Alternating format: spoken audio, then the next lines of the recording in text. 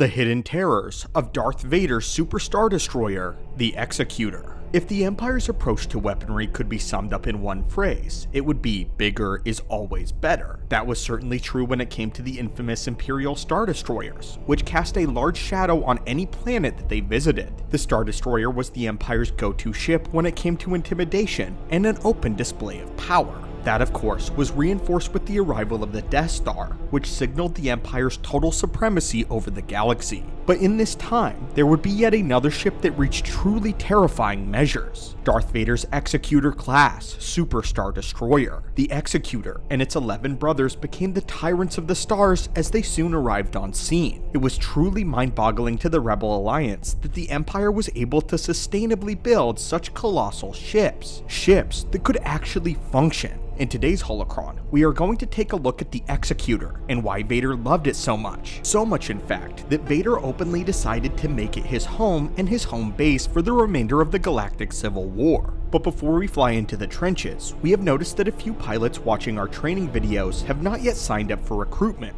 If you want to see more videos like this one, be sure to blast that subscribe button and comment what kind of topics you want to see explored in the future. Now, lock S foils in attack position, because in we go. Darth Vader's Executor was one of the presumed 12 Super Star Destroyers that were put into production shortly following 0 BBY. We say presumed because Alliance intelligence was never certain exactly how many of these dreadnoughts were actually made. There was only 12 that were ever recorded, though it was speculated that Palpatine had some hidden away somewhere off the books and in the unknown regions. A last-ditch effort and a show of power, if you will. In both Legends as well as Star Wars canon, the Super Star Destroyer was developed by Lyra Wessex, a brilliant engineer who was the mind behind the Venator-class Star Destroyer of the Clone Wars and the Imperial-class Star Destroyer that is most commonly seen. Wessex had been lured to the Empire and had been enchanted by the philosophy of the so-called terror styling. This was the way of designing ships with the sole purpose of inflicting fear, vessels that wage psychological warfare on the enemy.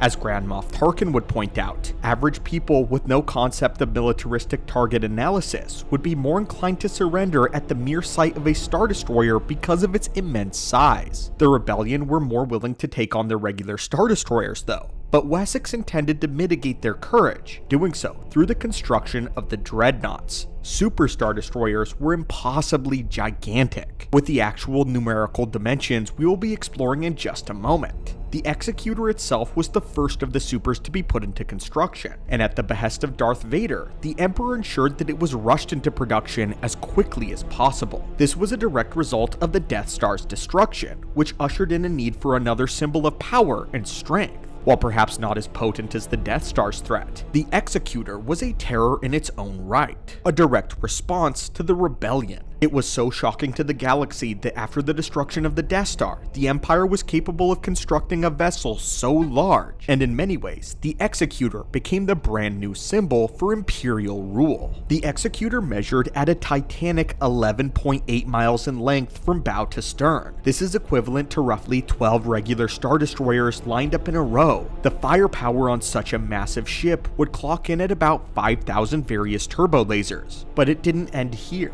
The massive power behind the Executor boasted an additional 125 assault concussion missiles, 100 twin battleship ion cannons, 250 turret-mounted quad laser cannons, and this is the kind of armament that is mind-bending to perceive for just a single vessel. For comparison, the average Star Destroyer had about 164 total turbo lasers of various kinds, give or take. If that wasn't frightening enough, the Executor also came with a full complement of 144 state-of-the-art TIE fighters divided into 12 squadrons, bombers, interceptors, and over 200 assault shuttles and dropships. But not only did the ship reign supreme in the sky, but also on the ground. The Executor housed 24 AT-ATs and 50 AT-STs with full stormtrooper accompaniment. Speaking of the troopers, the hands needed to man such a ship was a staff of over 280,000 naval officers. But with all of that said, obviously a ship of this magnitude does come with some downsides. For one thing in particular, the Super Star Destroyer consumed massive amounts of power. The shield generators alone produced energy equivalent to a medium-sized star.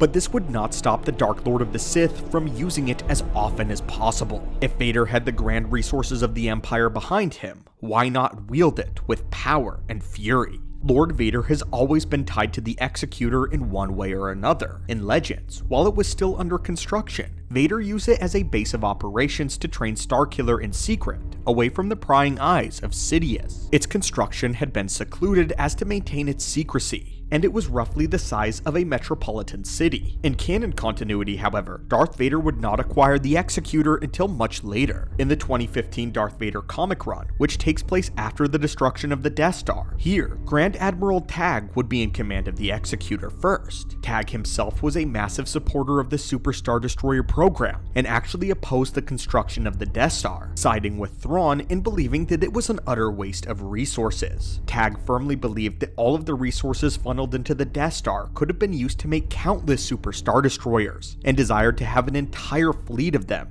However, Tag failed to actually take care of the one that he had. In the comics, the Mad Dr. Silo, a man that Palpatine had hired in secret in order to genetically create cybernetic replacements for Vader, attempting to hold the Emperor hostage and fully take on the Executor, Silo had unfortunately found the schematics for Vader's suit and devised a control that could remotely shut down or freeze Vader's cybernetic limbs. Unable to move, Vader watched as Silo gloated and went on his full takeover of the vessel. However, the mad scientist underestimated Vader, and the Dark Lord managed to regain control over his suit by manipulating his limbs with the Force. Vader would destroy Silo and regain his prestige with the Emperor that had been lost as a result of his failure on the first Death Star. As a reward, Palpatine reinstated Vader's position and gave him command over the Executor. Vader then swiftly murdered Grand Admiral Tag, who had previously taken advantage of Vader's demotion to belittle him. It was after this that Darth Vader finally decides to make the Executor his home,